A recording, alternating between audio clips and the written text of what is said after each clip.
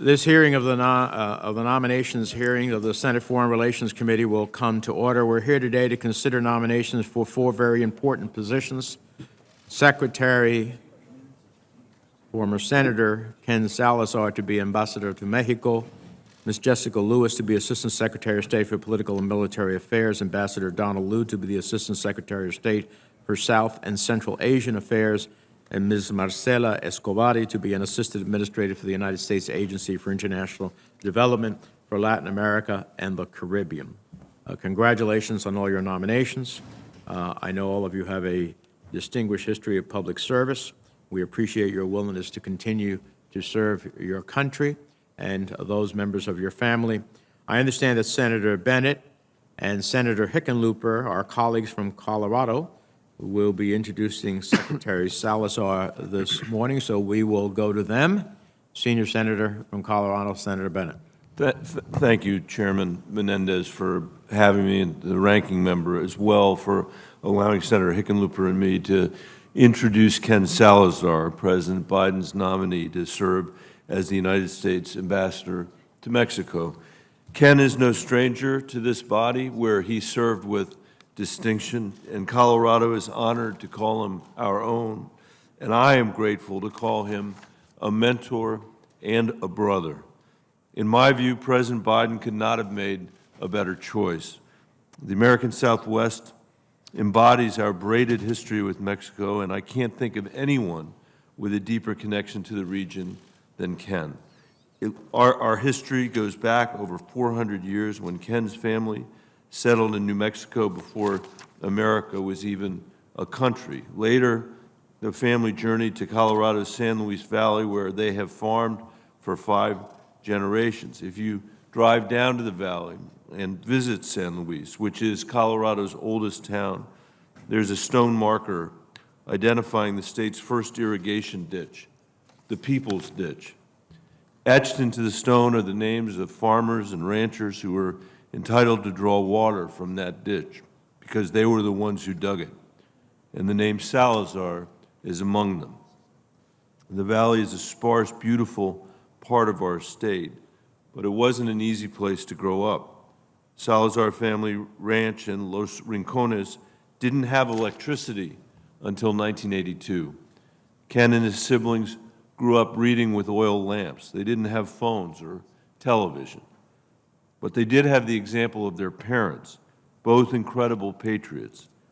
Ken's father, Henry, served in World War II and became a staff sergeant. He was so proud of his service to America that he asked the family to bury him in uniform, which they did. When the war broke out, Ken's mother, Emma, also wanted to do her part, so she traveled to Washington by herself when she was only 19 to work at the Pentagon. Neither of his parents had a college education, but they worked hard to provide their family with opportunities they never had. All 8 of their children, including Ken, became first-time college graduates. They were so proud of everything Ken went on to achieve, from working as a lawyer at top Western firms to breaking barriers as the first Hispanic American elected to statewide office as Colorado's Attorney General, to becoming the first Mexican American elected to the U.S. Senate outside of New Mexico, to joining President Obama's historic cabinet as Secretary of the Interior. Ken is exactly who we need to strengthen our vitally important relationship with Mexico, which is critical to the stability and prosperity of our entire hemisphere. But as this committee appreciates, the relationship faces no shortage of challenges, from immigration to trade, energy, resource management, public health, and the rule of law. Ken has worked and lived virtually all of these issues. As Colorado's Attorney General, Ken negotiated several extradition arrangements with Mexico, many of which remain in place today. In the Senate, he led important immigration reform with Ted Kennedy and John McCain. He shaped major provisions of the Farm Bill. He helped craft bipartisan energy bills. When he left to serve in the administration, Harry Reid and Mitch McConnell praised his leadership on the floor, and the Senate confirmed his nomination unanimously. As Interior Secretary, Ken negotiated water sharing agreements between the U.S. and Mexico and strengthened bilateral cooperation around conservation to protect Big Bend National Park along the Rio Grande. I could go on, Mr. Chairman, but it comes down to this. You would struggle mightily to find someone more qualified than Ken. He has the experience and substance to hit the ground running and a life story that represents America at our best. I urge the committee to advance his nomination with an overwhelming bipartisan vote. Thank you, Mr. Chairman. Thank you. When I'm up for a nomination, I want you introducing me, Senator Bennett. Senator Hickenlooper.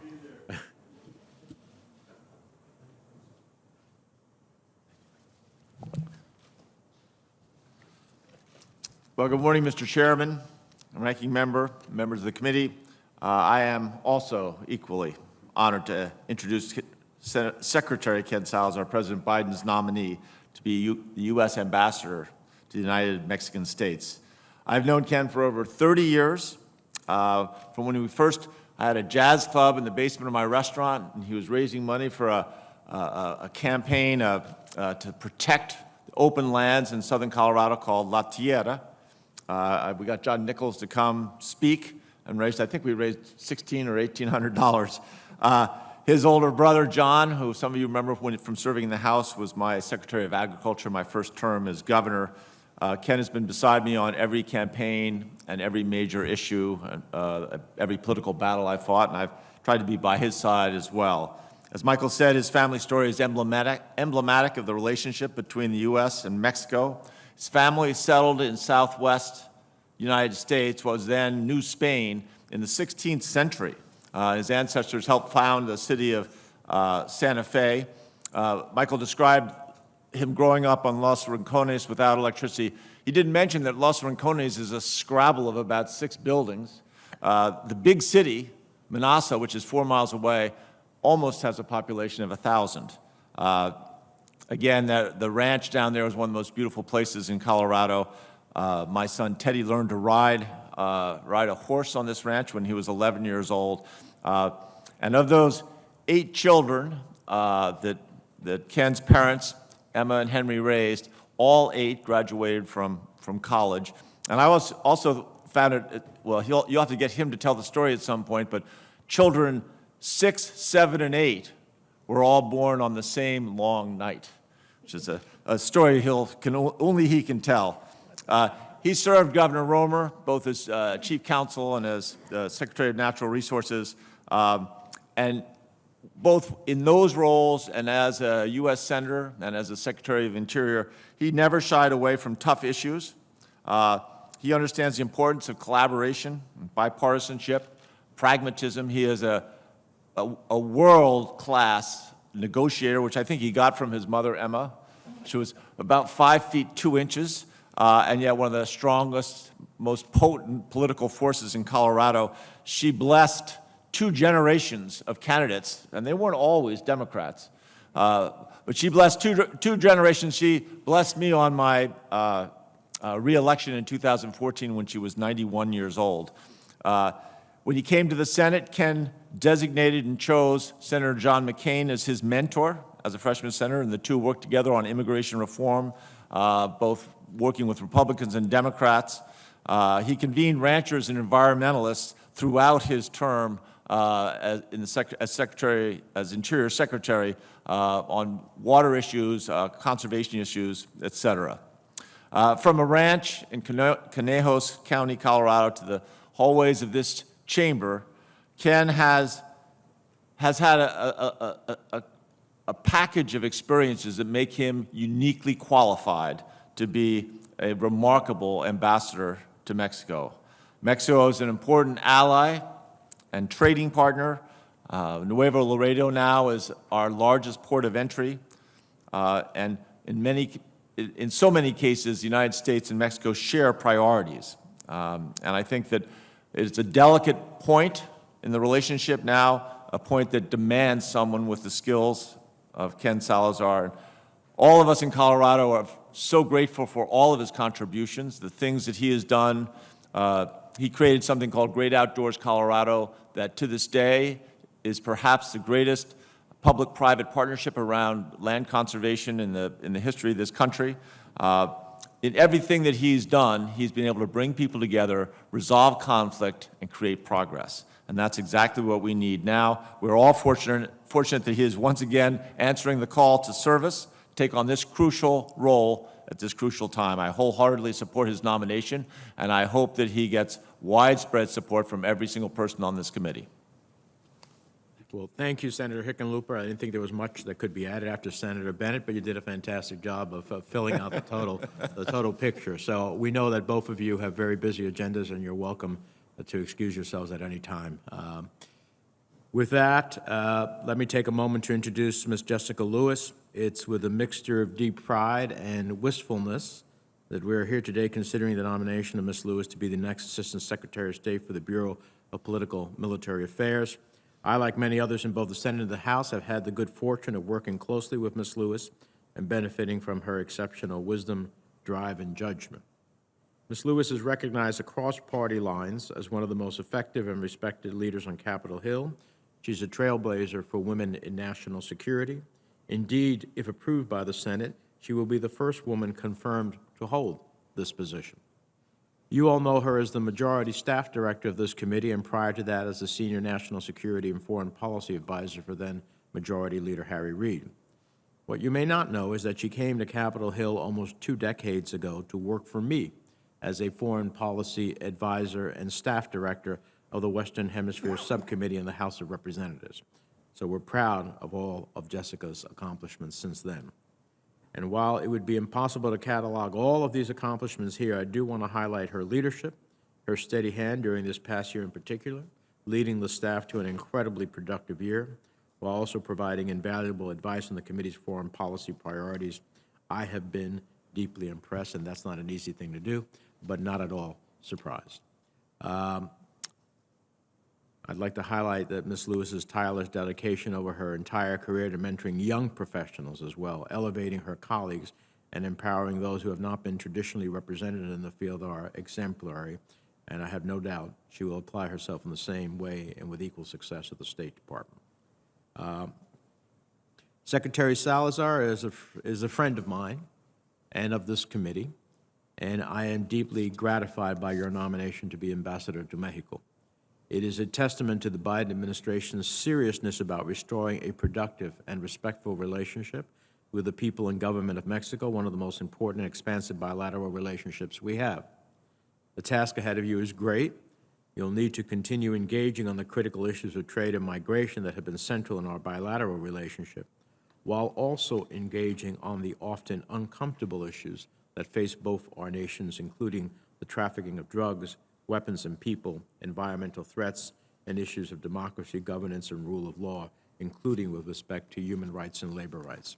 I have no doubt that your vast experience in government, your personal ties to Mexico, and your commitment to bipartisan solutions will make you an excellent ambassador upon your confirmation. The Office of Political Military Affairs, for which Ms. Lewis has been nominated, are of vital importance to U.S. foreign and national security policy and to this committee. It is a position with immense impact for safeguarding U.S. national security and promoting and accomplishing vital U.S. foreign policy objectives. In recent years, the Bureau's relationship and credibility with this committee has been strained, though it has been improving.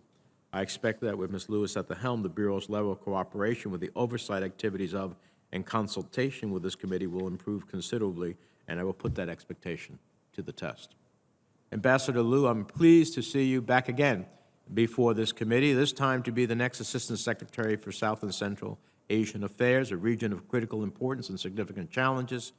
Indeed, the rapidly deteriorating situation in Afghanistan will require sustained Senate oversight for how the administration plans to mitigate the effects of the withdrawal. I, along with many members of this committee, are especially concerned about the plight of women and minorities as the Taliban continues to gain military strength. In addition, as the administration evacuates the first group of Afghan SIV applicants, I continue to be concerned about the thousands of remaining Afghan SIV applicants and our Afghan human rights and democracy partners whose lives remain in grave danger from the Taliban. And as you know, any peaceful resolution to this conflict must be regional in nature and will require the Assistant Secretary to be deeply engaged. Our relationship with India is growing, bolstered by a vibrant Indian American community here in the United States. I expect our diplomats to deepen this relationship while remaining true to our core values and raising concerns as necessary. In Bangladesh, I continue to advocate for labor rights and the establishment of unions to ensure that workers in every sector can work in safe conditions. There will be no shortage of challenges, but I'm confident that your knowledge and experience in the region will serve you well as you take on this role. Ms. Escobari, your extensive experience helping countries in our hemisphere chart a path towards prosperity, including in your previous service as USAID Assistant Administrator for Latin America and the Caribbean Bureau, which make you exceptionally qualified for this position. As you know, the challenges we face in the region are growing by the day. Democratic backsliding has accelerated in many countries, aggravated by the ongoing socioeconomic impact of COVID-19. With the recent assassination in Haiti, widespread protests and regime violence in Cuba, an authoritarian crackdown in Nicaragua, a humanitarian emergency in Venezuela, and numerous challenges related to irregular migration, the Western Hemisphere today is less secure, less prosperous, and less stable than it had been in many years. We look forward to hearing how you will work to address those challenges if confirmed. Closing, the four of you have immense challenges ahead. I'm confident that your rich experiences will serve you well as you take on your new responsibilities upon confirmation. Look forward to your testimonies, and this is normally a little longer than we would in introducing nominees, but you're coming into critical positions, so let me turn to the distinguished ranking member for his opening remarks. Thank